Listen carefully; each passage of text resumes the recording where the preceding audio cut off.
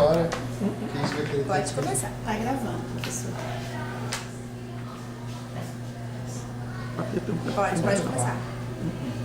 Eu comecei no CAP em 1956, quando substituiu uma professora grávida, e depois ela desistiu, mas fiquei com uma turma de terceiro científico, logo fui paraninfo da turma. E, na época, o professor Mário Eugênio Bezerra achava bastante interessante em geometria, que é uma matéria um tanto quanto difícil para eles entenderem, normalmente geometria espacial. Ele então apresentava os teoremas com material didático. E eu então recomecei o trabalho dele, e até os teoremas em terceira dimensão, em geometria espacial, eu comecei, portanto, a fazer com material didático. Há um problema, e eu, quando era licenciando, apenas uma turma de primeiro ano científico, naquela época assim que dizia, e era o teorema do pé de galinha, dificílimo. Se uma reta é perpendicular a duas retas, de um plano é perpendicular a toda e qualquer reta do plano por eles formado. Ora, essa demonstração é dificílima, que a pessoa tem que colocar, verificar a concorrência, a perpendicularidade ou a ortogonalidade, que é fácil transformar de uma para outra, e depois tínhamos que colocar um suporte e depois fazer a simetria de um ponto inferior e superior. É difícil. Então o que é que eu fiz? Eu comecei a demonstrar o teorema mediante material didático. E as respostas eram eles que faziam. Não era eu dizer, isso é um triângulo isósceles. Eles é que diziam, isso é um triângulo isósceles. Por quê? E o teorema de pé de galinha, então, ficou muito fácil. E a professora Eleonora, que era professora de didática especial, gostou. E aí eu continuei e parece que ela gostou realmente, que eu fui imediatamente depois efetivado. Esse foi meu... E outra coisa, que na década de 30 para 40, no Brasil, começou a falar-se muito sobre a Escola Nova. Escola Nova. E vários foram os grandes pensadores do Brasil, como Lourenço Filho, como Fernando de Azevedo, Luiz Alves de Matos. Então, São Matos, quando criou o Colégio de Aplicação em 1948, ele queria exatamente fazer isso. Não é o professor dar aula de cuspigis. O professor tem que realmente verificar, tirar do aluno tudo que se possa tirar. Isso que é importante, porque se o professor diz e o aluno copia, isso não vale nada. E além disso, uma coisa que o professor Matos sempre dizia, que além da capacidade do professor, há uma coisa muito mais importante que ele chamava, é o amor pedagógico. Constantemente ele falava isso. Isso aí me marcou bastante, muito mesmo. Quer dizer, então minhas aulas sempre eram nesses dois sentidos.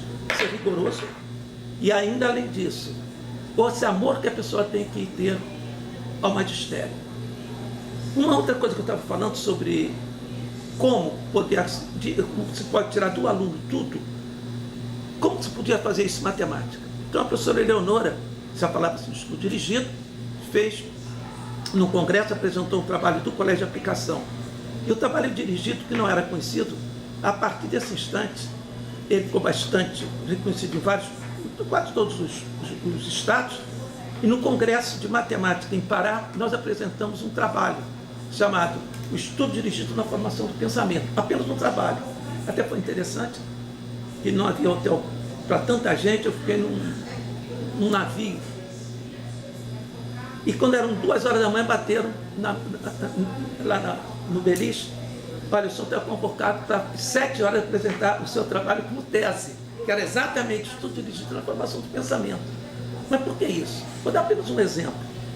Antigamente a pessoa dizia o seguinte: 8ª série, começava com cálculo de radicais, atualmente está em outra série. Depois ele colocava a equação de segundo grau. Bom, se a pessoa vai dar a equação de segundo grau, por que dá antes? Então a pessoa tem que verificar como eu posso dar a equação de segundo grau. Eu, por exemplo, começo assim. Veja bem, 8ª série. A soma de 2 números é tanto, a diferença é tanto. Quais são os números? Ah, mas isso não é a equação de segundo grau. Calma em mim. Eu começo a colocar x menos 4 vezes x menos 8. Quanto é? E colocando, então, multiplicação de binômios. Depois dizia o seguinte, em estudo dirigido. A vezes pontinhos 2 vezes pontinhos é igual a 8. Que número é esse? 4. Isso é fácil. Depois coloquei 2 vezes pontinhos é igual a 0. Que não vai ser aquele? 0. Então, quando eu já tinha pedido para fatorar aqueles binômios, eu dizia, se eu colocar igual a 0, o que vai acontecer? Ou o primeiro fator é 0, ou o segundo fator é 0. Então, eles estavam crentes que sabiam fazer a equação de segundo grau muito bem. Aí eu colocava uma que não se podia fazer. Como fazer isso? Estamos, então, numa encruzilhada. Quem fala a palavra encruzilhada constantemente é um livrinho de um português, Bento de Jesus Caraça, que ele fala constantemente nas encruzilhadas. E eu disse, então minhas aulas vão ser sempre feitas dentro da encruzilhada. E agora como é que eu faço? Está na hora então de a pessoa resolver o problema de segundo grau. Mas como aparece isso no problema de segundo grau? É muito fácil você dizer assim, o quadrado da quantidade de bolas de gude que eu tenho, menos 8 vezes, ou 6 vezes, mais 4 igual a 0. Como é que eu resolvo? Claro que ele sabe resolver, fatório. Aí eu dou uma que não fatória. Encruzilhada. Então, há necessidade. Então, paulatinamente, a partir daí é que eu chego à equação de segundo grau. Não que eu chegue, eles próprios é que chegam a fazer isso. Quer dizer, ao invés de o professor orientar o aluno, seguir no seu pensamento, é pelo contrário. A pessoa dá deixas para que o aluno possa resolver o seu problema. Isso aqui é uma coisa bastante importante. Eu me lembro bem algo interessante. Isso me aconteceu no colégio particular, na minha 12ª aula. 12ª aula. Eu dei tudo errado. E os livros também diziam errado. Incrível que pareça. Eu começava, por exemplo, a dizer os postulados do plano. Eu dizia, vocês só podem acreditar no que eu digo se vocês concordarem. E dava então, brincava com ele, dizendo que o Vasco da Gama era o maior time do mundo, isso era um postulado, para ele não era. Então, depois disso aqui eu dizia, por um ponto existe uma e uma só reta. Veja bem a palavra, eu não faço a palavra passar. Por que eu não faço passar? Porque a geometria é estática. A geometria não tem matéria, ela é totalmente uma ideia. Então, por um ponto existe uma e uma só reta. Depois dava o segundo postulado. Por 2 pontos existe... Por um ponto existe uma infinidade de retas. Segundo postulado, por 2 pontos existe uma e uma só reta. Quem concorda pode copiar. A maioria é copiável, isso está errado. Tem que ser 2 pontos distintos e não em linha reta. Muito bem. Para encurtar o problema, eu vim para o espaço. Aí eu disse uma bobagem sem fim. Quando eu disse o seguinte, por 3 pontos distintos, não em linha reta, existe um e um só plano. Pois bem, uma aluna virou para mim e disse o seguinte, naquela época era professor Oswaldo, não era corte, o Capo chamava de você sempre, na década de 50, colégio particular, lá de Cascadura. E eu era duro para dar nota, 10 então era difícil. Ela virou para mim e disse o seguinte, professor, isso está errado. Disse, onde está? Estude que na próxima aula eu lhe digo. Mas onde está o erro? Estude depois eu lhe digo. Eu disse, está valendo um 0 ou 10? Está valendo. Na próxima aula eu nem me lembrei, era professor, estou estudando a matéria, sim, nem pensei em bobagem. Era assim, olha professor, acontece o seguinte, quando o som diz que por 3 pontos distintos não em linha reta, há um pleonasmo. Se eles já estão não em linha reta, é porque eles têm que ser distintos. Realmente é isso. Mas todos os livros estão bons. Então, verifica bem, por que a menina fez isso? Me lembro o nome dela, Maria Helena Bittencourt. Irmã, um músico que todo mundo conhece, morreu cedo, Sérgio Bittencourt. No colégio de aplicação também tive alguns problemas desse tipo. Um deles com Reinaldo Dias Cavalcante. Passou uma rasteira violenta.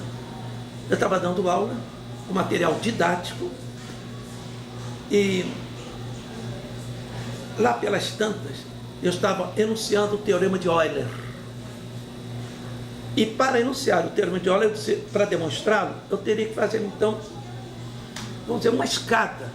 E dei o lema de Euler. E aí foi um fracasso tremendo. Estava dando aula, tinha turma, e lá nos fundos estavam 5 licenciados. A professora Eleonora dizia, os licenciados vão dar aula na sua turma. Então eles têm que ler 5 livros. E eles leram os 5 livros de autores diferentes. Lá pelas tantas, eu disse, vou demonstrar o lema de Euler. Eu comecei a dar a demonstração do lema de Euler. E ele me disse o seguinte, Oswaldo, eu não sei onde está o erro, mas você demonstrou errado. Demonstrou errado o teorema de Euler. Eu disse, mas onde está o erro? Eu disse, eu não sei onde está o erro.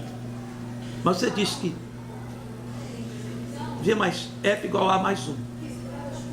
Isso não é fato. Mas como que não é fato? Eu comecei a fazer o seguinte. Aqui nós temos um plano, claro que tem um plano, mas não é um plano, é um plano, parece concreto. E é, que o plano não só existe na nossa ideia. Só existe na nossa ideia. Eu então colocava este outro plano, colocava aqui mais um plano, mais outro, e fechava. Ele virou para mim e disse, agora eu sou o professor, você é o aluno. Faz isso. E falha. Não dá certo. Os licenciantes quiseram me defender. Mas Oswaldo, professor naquela época era professor Oswaldo, mas o livro do Jairo Bezerra diz isso, o H.C. Meder diz isso, todos dizem isso. Onde está o erro? Eu digo, não interessa, está errado, está. Eu então, estava danado da vida, a professora Eleonora convocou toda a equipe de matemática e ninguém sabia o erro onde estava. Apanhamos o livro do Adamar, Jacques Adamar, ninguém sabia. Estava furioso, fui à Biblioteca Nacional e lá pelas tantas eu notei que já estava sendo demonstrado em 1930, em que ele dizia, em toda a superfície poliédrica aberta, de um só e um só buraco. E quando ele faz isso, ele tem 2 buracos, e não apenas um. Então pergunto eu, por que o seu Reinaldo Dias Cavalcante mostrou isso?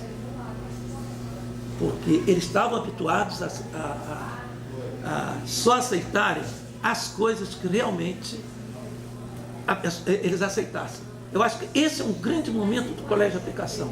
É fazer com que o aluno não aceite o que é dado pelos outros. A pessoa tem que realmente entender.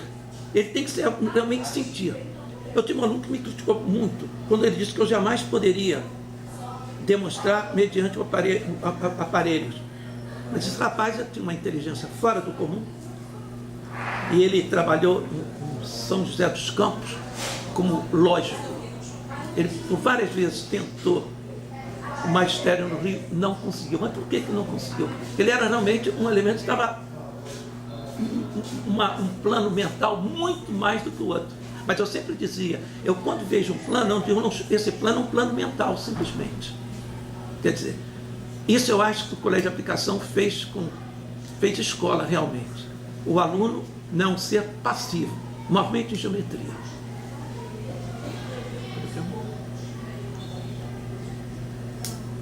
A gente queria aproveitar para o senhor contar um pouquinho dos seus colegas da época, resgatar alguns nomes, algumas lembranças. Bom, professores... Professor do Malbatã também, do Congresso. O Malbatã é interessante. O Malbatã, que é o Melis Souza, ele veio aqui para saber o que era o estudo dirigido. Então nós dissemos que a maioria acha que o estudo dirigido é apenas para uma fixação da aprendizagem. Eu acho que o estudo dirigido, na minha opinião, serve muito como incentivação da aprendizagem. Porque é uma diferença, alguns fazem até a confusão entre incentivação e motivação. A motivação é própria, motos, automóvel, próprio, se move por si próprio. E o professor deve orientar a turma de tal maneira que ele dê a explosão. Isso que é incentivação. Quer dizer, o professor vê essa incentivação. E eu faço muita incentivação com o estudo dirigido. O professor Malbatã, entusiasmado com isso, ele veio assistir uma nossa aula e depois, no livrinho dele de didática da matemática, em 2 volumes, ele dá exatamente a nossa experiência do que vem a ser o estudo dirigido. Malbatã, portanto, professor que veio aqui assistir às aulas. Agora, eu me lembro quem? O diretor era Luiz Alves de Matos, espetacular realmente. Ele fez a tese e não deu para nenhum professor do colégio de aplicação, porque é caríssimo. Mas eu fazia pedagogia e ele me deu, então, a tese. Parece que é a experiência por unidades didáticas. Espetacular, espetacular. A subdiretora era a professora Irene Melo de Carvalho, esposa do grande professor de matemática, autor de livros, Tales Melo de Carvalho. Quem era, por exemplo, a equipe de matemática? Vê se isso me lembra. Mei Lacerda de Brito Monerá, Silvia Barbosa, Luiz Adalto da Justa Medeiros, Manuel da Silva. Eu tenho a impressão que, como professores, apenas esse. Tínhamos os professores de didática especial, o professor Alberto Eber, de Química, o professor Eleonora de Lobo Ribeiro, de Matemática, Adolfina Bonaparte, espetacular em português, Guida Neda Barata, de grego, Clarice, de latim, Maria de educação física espetacular, de física espetacular, o professor Luiz Eduardo Braga, pai dessa arpista Cristina Braga, morreu cedo, o Luiz Eduardo.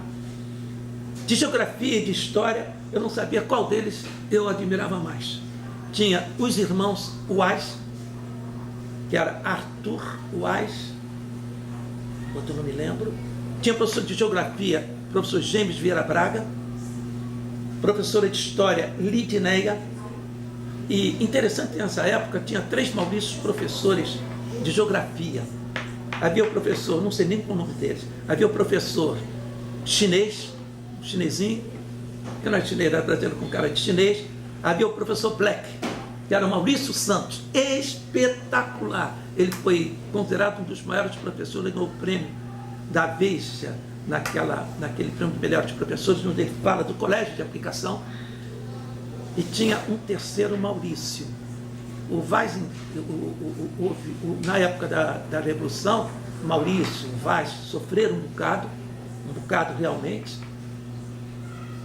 Quem mais? Tinha teatro, mas eu não me lembro não. Eram tantos. Agora, como alunos, pior ainda. Mas eu me lembro de alguns espetaculares. Um deles que não queria muito matemática, mas ele queria outra coisa. O negócio dele era arte. Era o Zé Rodrigues, José Trindade. Ele atualmente tem, parece que uma companhia, uma empresa. Ele toca, o Zé Rodrigues. Então ele tem alguma coisa nesse sentido. Tivemos o que eu já falei demais, do Sérgio Rezende. Nessa época também tivemos me lembro bem da dona Silvia. A dona Silvia disse: Oswaldo, eu gosto muito de fazer prova oral com você. Naquela época tinha prova oral. E sempre caía na minha mão o Paulo Henrique Amorim, sempre vinha na minha mão. Outro que vinha na minha mão, esse daqui até foi uma coisa curiosa, foi o Isaac Cucuruça, grande médico cardiologista, e foi meu médico durante algum tempo. Quem mais, Oswaldo? Tinha o Mário Martins, que era deputado, o denista lacerdista doente. O denista lacerdista doente, é bom que se diga isso. E os filhos deles, 2 deles foram meus alunos. Um deles, o Nilo Martins e a Ana Maria Martins, e o outro todo mundo conhece, que trabalha no ministro da comunicação do Lula. O Frank não foi meu aluno, foi aluno da professora Zaida, da professora Silvia Barbosa. Esse último que todo mundo conhece é o Sérgio Mink, e aconteceu até um fato curioso, eu até contei isso para alguém hoje aqui. O Sérgio Mink era um cara que não queria aceitar nada do que se dissesse, caso ele não entendesse. Eu não me lembro o que foi, estava demonstrando um teorema, ele sentava na frente com aquele cabelo como ele sempre teve, e ele virou para ele assim, naquela época, já no colégio de aplicação, se falava você para cá, você para lá, não tem nada demais. E ele então dizia o seguinte: Oswaldo, não adianta, você erra as coisas para depois nós consertarmos, aí você está errado. Eu disse: Carlos, não está errado, veja, está errado. Depois de muito tempo, disse: não, você tem razão. Quer dizer, aquele tipo, ele veio assim, bastante deve ser criterioso nas coisas. Quem mais? É difícil saber assim há muito tempo. Da história do Intelectuais Guerreiros. Como? Você tem uma história sobre o livro, né? Intelectuais Guerreiros. Ah, é que o grupo fez um livrinho, eu nem trouxe hoje, sobre os alunos do CAP, um pouco antes da Revolução e agora. Então eles lá realmente, eles disseram o que vinha a ser o CAP. Um belo dia eu cheguei aqui e eu vi um cidadão mal vestido, de chinelo, entrando na faculdade, no colégio de aplicação, e eu fui falar com a professora Irene. Professora Irene, tem um cidadão entrando aqui, eu não sei o que ele quer, o que ele quer? Oswaldo cala a boca, ele é o detetive. Para verificar quem era quem aqui no colégio de aplicação. E apenas tem lá uma coisa, nesse livrinho, não me lembro o nome, que eu, sinceramente, não fala no meu nome, não aconteceu exatamente aquilo que está, não. Porque quem conheceu a professora Eleonora viu o seguinte: ela era muito enérgica, eu era muito brincalhão, sei lá, entendeu? E o aluno Ademar Mesquita disse lá no livrinho dele uma coisa que eu faço questão de dizer que não é verdade. Isso não é verdade. A professora Eleonora é tida como uma grande professora, mas realmente quem leva nas costas coisa parecida é o professor Oswaldo. Isso porque ele me adorava, simplesmente por adorava. Não é verdade isso daqui. Não é verdade. Eu vejo a professora Eleonora, a grande professora que fez da didática da matemática, não só no colégio de aplicação, como também serviu em vários congressos, toda aquela sua visão do que vem a ser a matemática. A matemática desde o curso primário não era a sua área, mas a partir da quinta série, a partir do primeiro ginasial, como se falava naquela época, era de puro raciocínio. As coisas não podem ser dadas de forma jogada. Por exemplo, apenas vou dar um exemplo. Só diz o seguinte: no curso primário, a pessoa tem um multiplicando, tem um multiplicador, e diz o seguinte: para a pessoa fazer a multiplicação com 2 dígitos, como é que se faz? Deixa uma vaga embaixo. A pergunta é essa: por quê? E a pessoa costuma dizer: não, é porque é dezena. Ora, isso não quer dizer nada. O que nós tínhamos que fazer, o que era? Era fazer. É difícil, assim, de não estar preparado, mas era a pessoa fazer uma multiplicação, suponhamos, 725 multiplicado por 58. Antes de fazer esse exercício, a pessoa devia fazer o seguinte: decompor em fatores primos os 58. 5 dezenas mais 8. Ótimo. Então, depois dizer o seguinte: quando se multiplica aquele número que eu dei vezes 58, o que é que a pessoa deve fazer? O 58 é feito 50 mais 8. Ótimo. Aí, o que é que se faz? Ao invés de ser 50 mais 8, deve ser 8 mais 50. Exatamente para ficar a conta armada. Ora, multiplicava-se por 8, ótimo. Quando multiplicava os 50, olha o zerinho aparecendo. Então, aquele zerinho não é para o que é a dezena. Quer dizer, a pessoa o que é que faz? Já desde o curso de primeira a quarta, nós já estamos imbuindo na criança que é aquilo, o que é aquilo, mas não é. Uma outra coisa que é importantíssima é quando a pessoa... Estou falando muito, não? Não, professora, eu só queria pedir licença, porque eu moro longe, eu ainda vou ter que ir em casa e voltar, mas queria cumprimentar, agradecer seu depoimento, seus ensinamentos, e é uma honra ter recebido. Absoluta. Muito obrigada. Na verdade, professora, o senhor não está falando muito, mas aqui a gente não vai conseguir ir muito além. Por conta do que ele só grava meia hora, a gente já está em 25 minutos. Aí daqui a pouco, se o senhor puder dar uma mensagem de encerramento. Certo, tudo bem. Então, dizer o seguinte: a pessoa costuma dizer o seguinte: estão nos livros didáticos. Um número é múltiplo de 3 quando a soma dos seus valores absolutos der 3 ou múltiplo de 3. Bom, o próprio 3 é múltiplo de 3. Então, para dizer que é 3 é um múltiplo de 3. Então, de modo geral, a pessoa diz o seguinte: 105 é múltiplo de 3, por quê? Porque 1 mais 5, 6. Ótimo. E por que a pessoa faz isso? Porque o 105 talvez não seja tão bom, mas a pessoa podia colocar, por exemplo, 243. Então, você faria. Em estudo dirigido, primeiro, decompor o 243 nas diferentes ordens. 200 mais 40 mais 3. O que é 200? 2 vezes 100 mais 4 vezes 10. Mas o 100 o que é? 99, o 9. 99 mesmo. O que é o 99? Múltiplo de 3, múltiplo de 3. E por aí a pessoa tira a regrinha. Então, é isso que eu acho importante, é fazer com que o aluno raciocine. Não só em álgebra, em geometria, eu tenho pensando que tudo isso, tirando do aluno. Quero agradecer a oportunidade nesses 60 anos do CAP e parabenizar também os atuais professores, porque aquela linha que eu aprendi aqui muito com a professora Silvia, notei que está continuando. E é isso que eu dou os parabéns ao CAP. Muito obrigado. Obrigada, a gente que agradece. Falar de improviso é chato.